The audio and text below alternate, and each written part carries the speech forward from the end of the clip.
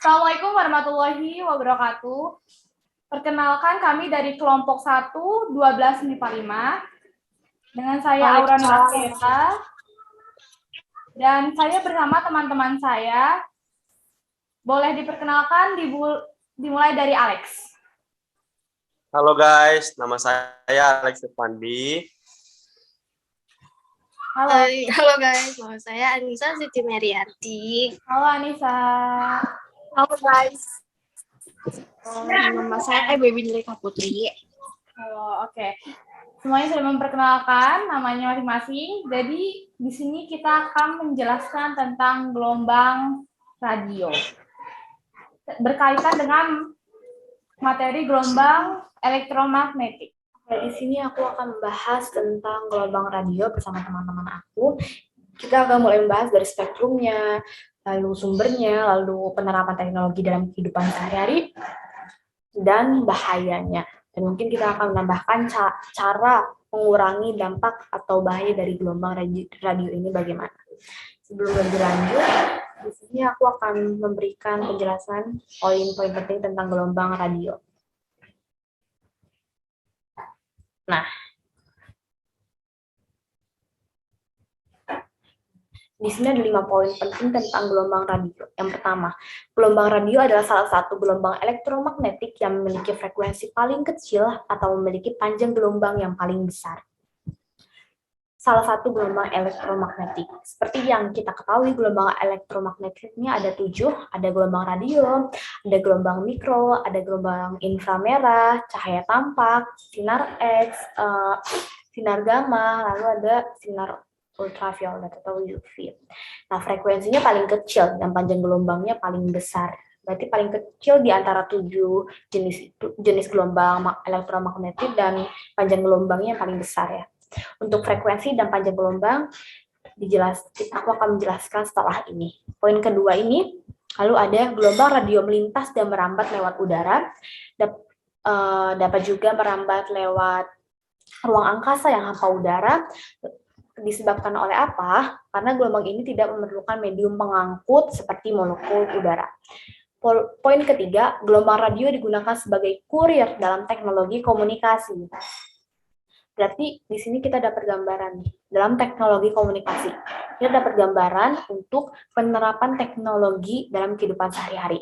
Yang pertama ada teknologi komunikasi, berarti mungkin handphone nih, atau laptop, itu merupakan contoh dari penerapan gelombang radio. Nah, yang keempat, poin 4, gelombang ini memiliki sifat mudah dipantulkan oleh lapisan ionosfer, ini maksudnya lapisan ionosfer bumi, sehingga dapat mencapai tempat-tempat di bumi yang jaraknya sangat jauh dari pemancar radio. Dengan gelombang inilah informasi yang berupa suara dan gambar dapat kita terima melalui radio, televisi, dan handphone. Yang terakhir, gelombang radio ini dipancarkan dari antena pemancar dan diterima oleh antena penerima. Nah, ini 5 poin ya, mungkin ini merupakan gambaran dari 4 materi atau yang akan dijelaskan nanti. Oke, next.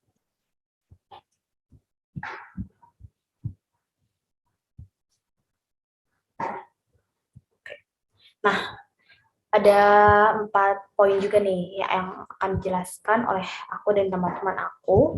Yang pertama ada spektrum gelombang radio, lalu ada sumber gelombang radio, lalu ada penerapan teknologi gelombang radio dalam kehidupan sehari-hari, dan ada bahaya yang diakibatkan dari gelombang radio. Nah, sebelum itu, gelombang radio itu ada 2 ya, ada AM, ada amplitude modulation, lalu ada FM, frequency modulation. Nah, yang pertama untuk frekuensi dari AM atau amplitude modulation ini dari 550 kHz sampai 1600 kHz. Yang kedua, untuk frekuensi FM itu berkisar antara 88 MHz sampai 108 MHz. Nah, untuk suaranya bagaimana nih? AM suaranya ini gelombang suara yang dibawa terdengar suara berisik dikarenakan adanya peristiwa kelistrikan di udara yang dapat mengganggu amplitudo gelombang. Dan FM suaranya ini lebih jernih, namun gelombang FM tidak dapat dipantulkan oleh lapisan ionosfer bumi sehingga jangkauan siarannya tidak dapat mencapai tempat-tempat yang jauh. Oke, jadi Kenapa sih radio ini memakai gelombang FM? Karena suaranya itu lebih jernih. Namun kekurangannya, gelombang FM ini tidak dapat dipantulkan oleh lapisan ionosfer, sehingga jangkauan siarannya ini tidak dapat mencapai tempat-tempat yang jauh. Kita sering mendengar radio di suatu tempat, misalkan namanya 95,7 FM. Tapi di tempat lain, mungkin nama stasiun itu tidak ada di tempat lain. Nah, karena lapisan ionosfer ini tidak dapat memantulkan gelombang FM. Gelombang FM ini sendiri menggunakan frekuensinya, berarti frekuensinya tinggi ya. Karena frekuensi tinggi ini tidak dapat dipantulkan oleh lapisan ionosfer seperti itu. Nah, lalu di sini aku akan membahas poin pertama tentang spektrum gelombang radio. Oke. Di sini ada 3 poin. Sebenarnya 2 poin, yang poin ketiga ini nanti dijelaskan lebih lanjut di sumber gelombang radionya. Nah, poin pertama ini frekuensinya. Tadi dikatakan di awal frekuensi gelombang radio ini kecil. Nah, kecilnya itu seberapa sih? Gelombang radio memiliki daerah frekuensi antara 10⁻⁴ sampai 10⁻⁷ Hz. Nah, panjang gelombangnya tadi dikatakan paling panjang. Ya, paling panjang. Panjangnya itu dari 0,3 hingga 600 meter. Nah, poin ketiga ini gelombang radio dihasilkan dari rangkaian isolator di dalam alat-alat elektronika.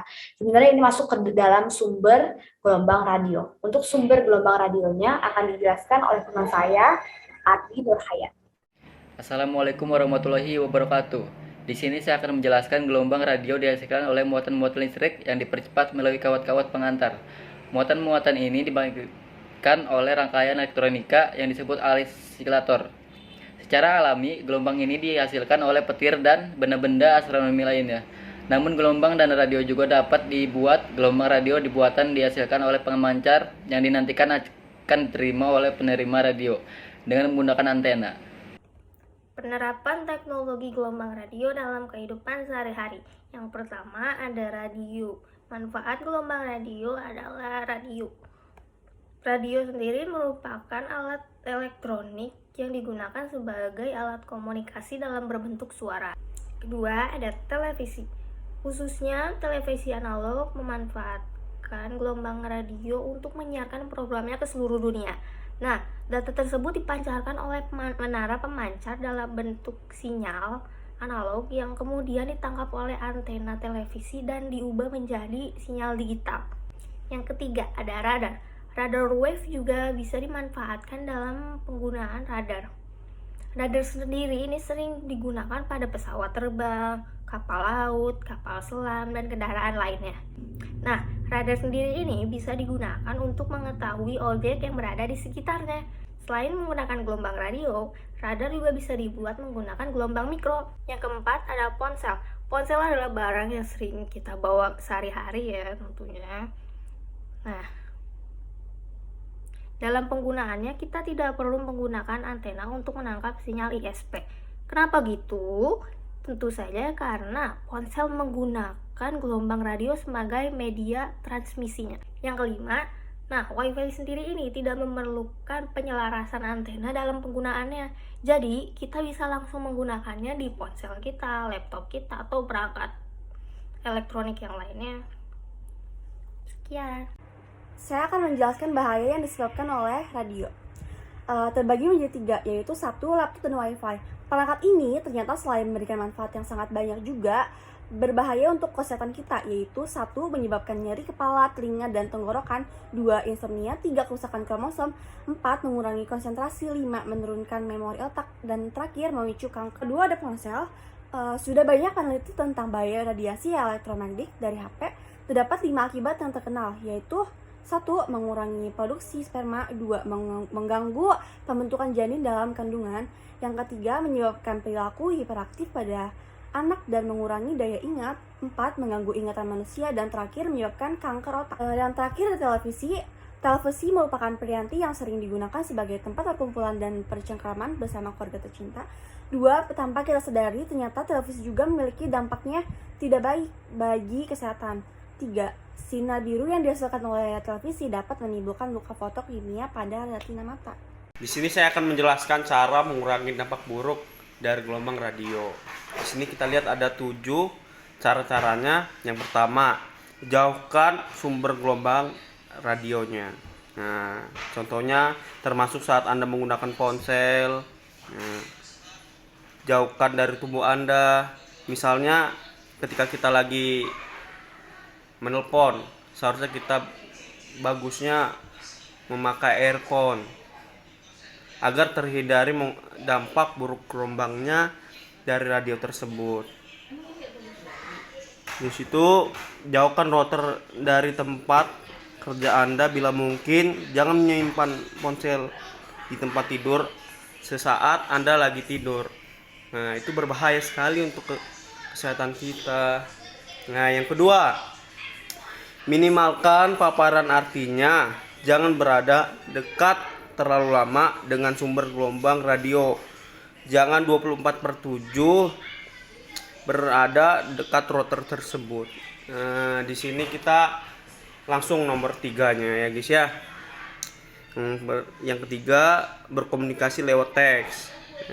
Yang keempat, hindari mengurangi atau mengantongi ponsel ketika kita beraktivitas. Yang kelima, jangan menggunakan ponsel saat lemah sinyalnya, tidak boleh. Sangat berdampak buruk sekali itu. Apalagi ketika lagi panas itu kan. Nah, radiasi tersebut akan membesar ya kan. Yang keenam, kurangi penggunaan ponsel di kendaraan. Nah, berbahaya sekali itu. Yang ketujuh, jangan letakkan ponsel dekat kepala saat tidur. Itu gelombangnya akan masuk ke dalam saraf atau lain-lain lah. Sangat berdampak buruk sekali kan, kita lihat. Nah, di sini saya sudah menjalani kesempatan saya kali ini